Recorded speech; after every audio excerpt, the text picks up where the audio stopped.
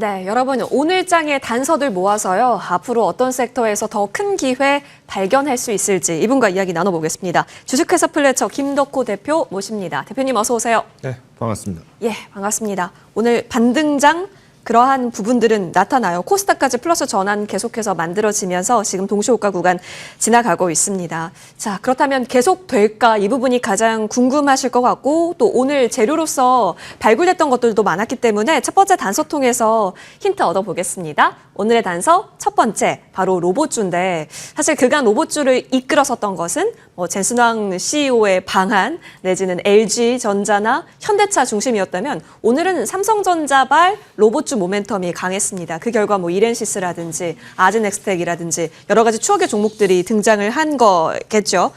대표님 근데 궁금한 건 이게 늘 있어 왔었던 그러니까 M&A 할 수도 있다라는 기대감은 해묵은 재료인 것 같기도 한데 그리고 한다가 아니라 이제 만든다. 그래서 뭔가를 보여준다가 아니라 딱 그 정도의 제한적인 부분이어도 어떤 개별주가 등장했다라는 것은 지금 시장의 컬러감일 것 같기도 하거든요. 어떤 판단 주세요? 그러니까 오늘 같은 날이 사실은 더 경계를 가져야 되는 날이죠. 경계. 왜 제가 이렇게 말씀드리냐면은 이제 앞서서 이제 앵커님께서 말씀하신 거랑 동일하게 지금 이제 로봇 산업 뭔가 이것저것 합니다. 우리도 로봇 만듭니다. 언제 투입하겠습니다. 이런 얘기는 있는데 근데 된 게 하나도 없죠. 안 될 수밖에 없는 이유는 가장 큰 이유가 일단 첫 번째로 우리나라 같은 경우는 이제 휴전 국가다 보니까 사실은 산업 현장에 투입을 했을 때 어떤 이제 통신 인프라든가 이런 어떤 문제들, 보안 문제들이 굉장히 좀 취약해질 수 있고요. 그다음에 이제 두 번째가 지금 이제 올해 최근에 이제 가결이 됐었던 노란봉투법 영향으로 인해서 지금 노사 간의 이제 어떤 협상 과정에서 이제 노조 측에서의 이제 발언권이 좀 굉장히 많이 보강이 됐습니다. 근데 그 중에서도 가장 많이 언급하는 것 중 하나가 지금 로봇 다 투입하면은 근로자들 다 죽습니다. 이 얘기를 많이 하죠. 그렇습니다. 그러니까 지금 중국만 해도 휴머노이드 로봇이 벌써 지금 400종이나 지금 나왔다고 해요. 네. 그래서 지금 400종이요. 현재 투입되고 있는 종이 400종입니다. 종. 네, 400종이요. 400대가 아니고요. 400종류의 휴머노이드가 있습니다. 이 로봇들이 지금 현재 지금 투입이 되고 있거든요. 그래서 실제로 중국의 모 기업이 휴머노이드 로봇을 쓰면은 작업 효율이 더 떨어질 것이다. 24시간 돌리면은 로봇도 고장이 날 거기 때문에 이게 안 될 거다라고 테스트를 한번 한 적이 있어요. 근데 결과가 어떻게 했냐면 일을 너무 잘해가지고 실제 취지랑 다르게 캠페인이 엉망이 됐다. 이제는 사람 대신에 로봇을 써야 된다를 너무 공식화해버린 겁니다. 그래서 지금 중국 같은 경우에도 지금 실업률 문제가 굉장히 지금 심각해지고 있죠. 그러니까 그동안에 인구도 굉장히 많았었는데 지금 새롭게 짓는 공장들 같은 경우에는 로봇을 적극적으로 지금 도입을 하고 있는 상태입니다. 근데 지금 국내 같은 경우에는 휴머노이드 로봇이 지금 작업을 하고 있다. 이거 전시관에서 정도나 본 거지. 사실은 아직까지 공장에 투입된 로봇이 없죠. 그러니까 이제 여기서 이거를 누가 먼저 주도할 것이냐. 그러다 보니까 이제 지금 삼성전자에서 이번에 대표이사 직속으로 이 RX 사업 추진실을 이제 신설했다는 것이 지금 기대감으로 나오는 겁니다. 그러니까 이제 삼성전자도 본격적으로 이 휴머노이드 로봇 투입을 하기 위한 어떤 사령부를 짓는구나. 그러니까 사령부를 지었다는 거는 당장의 로봇이 지금 도입이 된다가 아니에요. 그러니까 여기에 대한 어떤 설계 가안 이제 우리가 가안을 구상을 하면서 이제 접근을 하겠다는 거기 때문에 아직까지는 우리가 청사진을 그려 나가는 정도에 불과하지만은 그렇기 때문에 오히려 이제 지금 부품주들이 더 많이 가는 겁니다. 이렌시스 보십시오. 옛날에 삼성 로봇 청소기 만든다는 그 이슈 때문에 주가가 7,000원, 8,000원 갔다가 지금 또 이렇게 주가가 많이 떨어지지 않습니까? 그죠?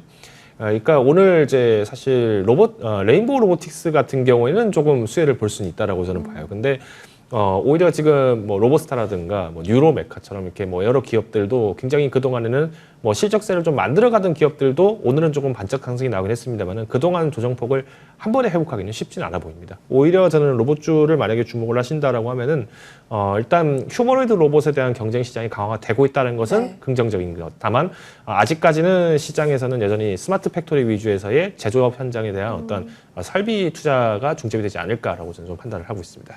네.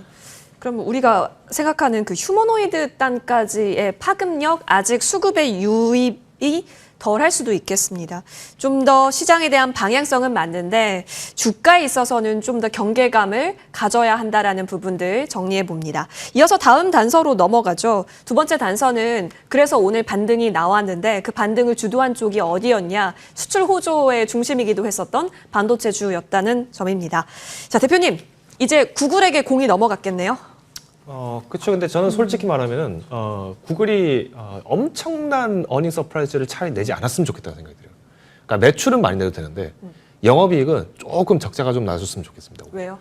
자, 지금 미국 시장에 보시면 아시겠습니다. 빅테크 기업들이 생각보다 주가가 안 갑니다. 근데 오히려 마이크론이라든가 인텔과 같은 이제 파운드리 기업들이 이제 주가가 지금 잘 가고 있는데 이게 무슨 의미냐면요. 과거에는 이 빅테크 기업들의 투자가 사실은 수익으로 직결화되는 경우가 많았어요. 근데 지금은 어떤 문제가 생겼냐면요. 데이터 센터가 지금 지어지고 있는 것도 아직도 지금 땅 파고 있는 곳이 굉장히 많습니다. 그러니까 경쟁이 지금 과열이 되고 있어요. 근데 시간의 문제가 발생을 하게 되고 만약에 여기서 영업이익이 극단적으로 높게 나온다. 삼성전자처럼 전년대비해서 뭐 1000% 이렇게 갑자기 성장한다. 그러면 시장은 충격을 받을 겁니다. 지금까지 지어진 데이터 센터, 지금까지 어떤 AI 설계만 바꾼 것만으로도 벌써 이렇게 돈이 된다고? 그러면 지금 앞으로 나오는 칩은 또 필요 없지 않을까? 이런 이제 공포감이 확산될 수가 있기 때문에 그래서 이번 알파벳 실적은 이제 두 가지가 있습니다. 하나는 실적이 잘 나오긴 잘 나와야 되는데 이제 너무 잘 나면 안 된다는 거. 슈퍼는 아니다. 그렇죠. 예. 그러니까 이제 두 번째는 뭐냐면은 그러면 우리가 여기서 이제 알파벳이 실적 발표 이후에 어떤 얘기를 할 것이냐 중요한데 여전히 인프라 투자를 강화하겠다라는 발언이 이제 낙수 효과를 낳을 수 있기 때문에 뭐 우리가 실적 면에서 봤을 때는 지금 현재 주가도 너무 예. 저렴합니다. 그래서 우리가 반도체 소부장주들 그리고 파운드리주는 여전히 접근이 가능하지만 아직까지는 분할 매수로 접근하시는 것이 좀 더 유리할 수 있겠다라고 판단을 하고 있습니다. 여전히 분할 매수 구역으로 활용하자. 반도체 살펴봤습니다. 자, 주식 장마감 50초 전이고요. 양대 시장 플러스권에서 마무리할 것으로 보여집니다. 오늘 차익, 비차익 모두 순 매수 쪽으로 지금 현재 플러스 찍혀 있는 상황인데요. 물론 코스피의 고점 대비해서는 좀 내려와 있습니다만 6,774선 나타나고 코스닥은 750선 위는 그래도 회복을 시켜가고 있습니다. 자, 오늘 수급을 보시면 오늘 개인만이 코스피에서 매도 우위가 찍혀 있는데요. 통합시장으로 보건대 2조 3,500억 원 매도 우위입니다. 양 주체는 매수세 메이저 보입니다. 마무리하고 오시죠.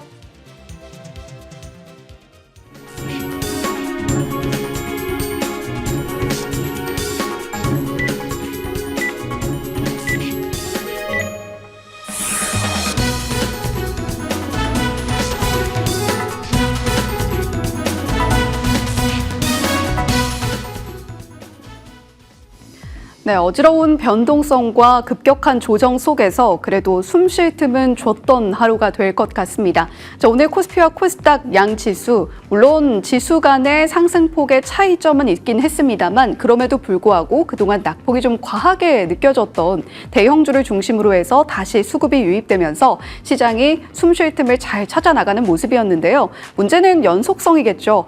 오늘 우리 시장의 마감 데이터 함께 들여다보시면서 내일에 대한 전략까지 챙겨가시면 좋겠습니다. 자, 오늘 코스피 지수 3.56% 상승한 6,747선에서 마무리 예상되고 있고요. 코스닥 지수는 0.5% 강보합권에서 753선 마감 예상됩니다. 코스피 지수는 한때 6,700선 위협받는 모습도 보여주기는 했는데요. 그래도 장 막판에 기관의 들쑥날쑥한 수급 동향 속에서도 외국인들이 매수세가 꾸준하게 유입이 되면서 코스피 지수 상승 탄력 어느 정도 유지를 해주면서 마무리 짓는 모습입니다. 자, 그렇다면 수급 동향도 함께 들여다보시죠. 오늘 개인이 1조 넘게 순 매도가 기록이 됐습니다. 1조 8,467억 원 덜어냈던 개인 투자자였고요. 기관은 1조 3,530억 원, 외국인은 5,213억 원 순 매수 기록되고 있습니다. 다만 두시를 기점으로 해서 기관의 수급이 상당히 요동쳤다라는 점은 우리 시장의 또 다른 변수로 작용을 했는데 내일 기관 수급과 선물의 수급까지 함께 좀 들여다보실 필요가 있겠고요. 달러당 원화 환율은 전 거래일 대비 5원의 하락폭을 보이면서 1,473원대 형성이 되고 있습니다. 자, 코스피 수급 동향 마감 데이터 기준으로 한 번 더 들여다볼까요? 개인이 1조 6,574억 원 순매도, 기관과 외국인은 각각 1조 3,900억 원, 2,949억 원 순매수로 기록이 되고 있습니다. 코스닥도 이어서 함께 살펴보시죠. 코스닥 시장 이야말로 조금 더 힘이 붙을 필요가 있겠는데 오늘 개인 매수세만 유입이 됐습니다. 1,449억 원 순매수했던 개인 투자자였고요. 기관은 144억 원, 외국인은 1,343억 원 순매도 기록이 되고 있습니다. 자, 오늘 코스피와 코스닥 양 지수의 흐름 자체는 아주 동일하진 않았습니다만 그럼에도 불구하고 양 지수 모두 빨간불로 마무리를 했다라는 점 긍정적으로 볼 만한데요. 자, 리딩 섹터 첫 번째로는 S7의 주가가 새로 고침되는 현상을 우리가 목도하고 있다라는 부분입니다. 자, 어제장이 또 한 번의 기회였던 걸까요? 일단 7월 반도체 수출 여전히 견고한 모습을 드러내면서 반도체 종목들 주도주를 중심으로 한 상승 탄력 돋보였습니다. 7월 20일까지의 반도체 수출 데이터 전년 동기 대비 52%가 넘는 상황을 알려주고 있고요. 그리고 상반기 기준으로도 전년 동기 대비 180%나 수출 데이터 견고하게 나타나고 있습니다. 자, 더불어서 오늘 반도체 투톱 가운데에서도 삼성전자의 주가가 보다 탄력적인 움직임을 나타냈는데 임원이라던가 주요 주주들의 자사주 매입 관련한 취득 관련한 공시가 우르르 쏟아졌습니다. 7월 13일 기준자로 나와 있기 때문에 현재 주가 대비 높은 수준에서 자사주를 매입했다라는 소식은 삼성전자 주가에 긍정적으로 작용을 했고요. 자, 그리고 삼성전자 지분을 가지고 있는 삼성물산에도 역시 긍정적으로 작용을 했습니다. 삼성전자가 6.15% 상승, 삼성물산은 그보다 더 탄력적인 움직임 8.19% 상승 마감 예상되고 있는 상황 속에서 과연 이 연속성 어디까지 이어지게 될 것인가 역시도 눈여겨보실 필요가 있겠죠. 자, 그리고 반도체 종목들의 시세도 확인하고 계십니다. 지금 보고 계신 종목들은 반도체 섹터 안에서 상승률 순으로 보고 계신데 다만 삼성전자와 삼성물산, SK하이닉스의 주가 흐름이 반도체 소부장단까지 온전하게 미쳤는가 했을 때는 조금은 퀘스천 마크가 붙기도 합니다. 과연 반도체 소부장단까지도 그 온기가 온전하게 깃들 수 있을 것인가 그 전략까지 저희와 함께 챙겨보시면 좋겠죠.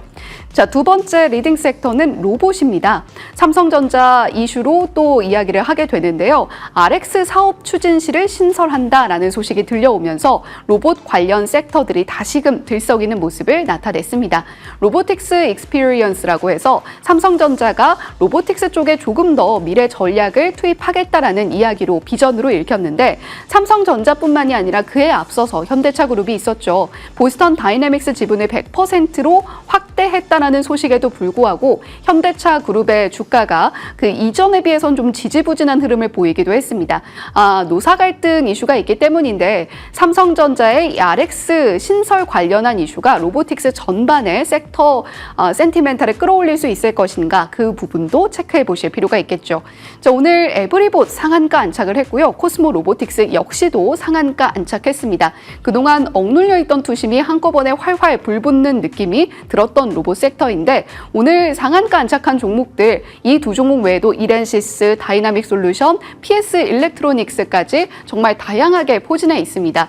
로봇 섹터 워낙에 좀 가격 변동폭이 큰 섹터 중에 하나이기는 한데 현대차뿐만이 아니라 삼성전자까지 함께 뛰어든다라는 소식 앞으로 계속해서 이 섹터에 대한 매력을 끌고 가도 되는 중요한 포인트가 될 것인가 여부도 저희와 함께 점검해 보도록 하시죠.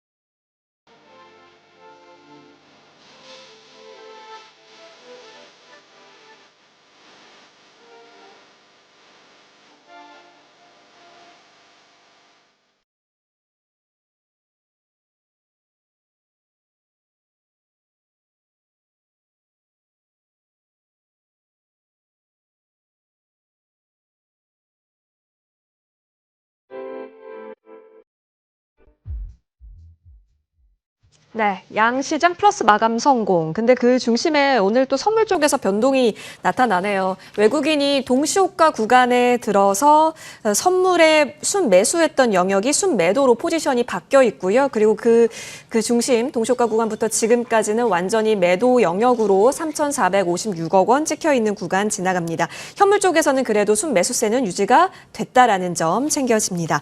지금 막판 들어서 자꾸 선물 쪽에서의 변동 외국인 쪽 지금 특징적으로 계속 나오고 있는 거 확인이 되네요. 자, 이 속에서 내일 어떤 섹터에 관심 있게 바라보면 좋을지 김덕호 대표께서 직접 챙겨와 주신 관심 섹터 열어보겠습니다. 보안주를 챙겨와 주셨는데 앞에 보니까 키미가 나오고 있습니다.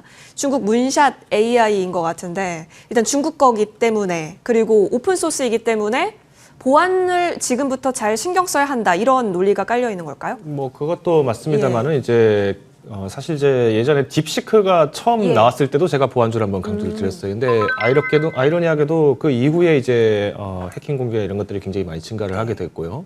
또 여기에 더불어서 이제 각국으로부터의 어떤 사이버 공격 수가 많이 증가를 했다라는 보고서들이 지금 많이 나오고 있습니다. 그러니까 이게 이제 단순히 중국에서 AI를 만들었기 때문에 그렇다라기보다는요. 그만큼 이제 AI에 대한 어떤 개인들의 접근성이 굉장히 커지고 있다는 것이 문제입니다. 그리고 키미 K3 같은 경우에는 이제 엔트로픽을 거의 따라잡았다라는 평가를 받고 있는데 엔트로픽이 갖고 있는 이 클로드가 어떤 시장에 파급을 줬었냐면은 당시에 그동안 이제 보안 업체들이 생각해왔던 구상도를 완전히 뛰어넘었다. 그렇죠. 그래서 지금 금융 업체들이 갖고 있는 보안 체계는 다 뚫릴 수밖에 없다라는 게 지적이 한번 됐었죠. 그러면 킴이라고 해서 못 찾을 이유는 없다라고 저는 좀 보고 있습니다. 그렇기 때문에 이제 앞으로 보안 테마들이 좀 더 강화될 수밖에 없다라고 좀 보고 있고요. 지금 시장의 변동성이 굉장히 큽니다. 그래서 아마 방어주를 찾으시는 분들이 굉장히 많으실 텐데 그런 의미에서 봤을 때 우리가 IT 내에서 그리고 이제 또 지금 성장하고 있는 AI 테마에 곁들여서 봤을 때 그래도 상대적으로 우리가 방어주 역할을 굉장히 많이 했던 곳이 바로 이 보안 섹터입니다. 예. 그렇기 때문에 우리가 이 보안 섹터 지금은 한 번 정도 매수를 해보셔도 좋지 않을까라고 판단을 하고 있습니다. 좋습니다. 보안주도 한번 순환 돌 때 꼭 그 중심에 있었던 섹터이긴 한데요. 그렇다면 섹터 내 관심주로 좁혀가 보겠습니다. 직접 챙겨와 주신 관심주 열어보죠. 엑스게이트이네요. 네. 엑스게이트 같은 경우에는 이제 일전에 이제 우리가 딥페이크 관련해서 이제 좀 주목을 받았을 때 그때 좀 주시를 많이 받았던 기업입니다. 근데 이제 이 엑스게이트의 가장 큰 강점이라면은 지분을 거의 50% 가량이 이제 이 가비아와 또 이 KNX가 지금 가지고 있습니다. 그래서 사실은 이제 공고한 이제 투자를 좀 받고 있는 상황인데 뭐 KNX도 가비아의 투자를 받고 있다는 점을 고려해 본다면은 사실은 가비아 그룹이 지금 갖고 있다는 게 매력입니다. 근데 지금 자막 보시는 것처럼 맥쿼리 운영이 이제 이 가비아를 이제 자신 상패를 지키겠다라고 지금 얘기를 나왔어요. 그래서 공개 매수로 48,000원에 매수를 하겠다 얘기를 하니까 뭐 어제 오늘 이렇게 주가가 좀 잘 나왔는데 예. 그러면 이제 맥쿼리 운영이 할 수 있는 선택은 두 가지입니다. 이 엑스게이트를 품어가든지 아니면은 매각을 하든지. 예. 그러면 매각이 나왔을 때 여기에 대한 어떤 주가 모멘트까지 우리가 고려해 본다면은 우리가 보안 테마에서 양자 보안까지도 우리가 매출들을 성장을 기대하는 입장에서는 쉽게 매각할 것 같지는 않다. 오히려 더 주가를 높일 가능성이 높다라고 판단하고 있기 때문에 엑스게이트 추천을 드리겠고요. 목표가는 13,000원 그리고 손절가 8,000원 제시 드리도록 하겠습니다. 엑스게이트 13,000원까지 의견 받아봤습니다. 관심주로 챙겨보시면 좋겠습니다. 자, 양대시장 플러스권 잘 마무리가 된 구간에서 이제 정말 계속된 연속이 나타날 수 있을까요? 이어지는 머니투데이 방송 통해서 여러 가지 힌트들 얻어보시면 좋겠습니다. 저희가 준비한 소식은 여기까지입니다. 시청해주신 여러분 고맙습니다.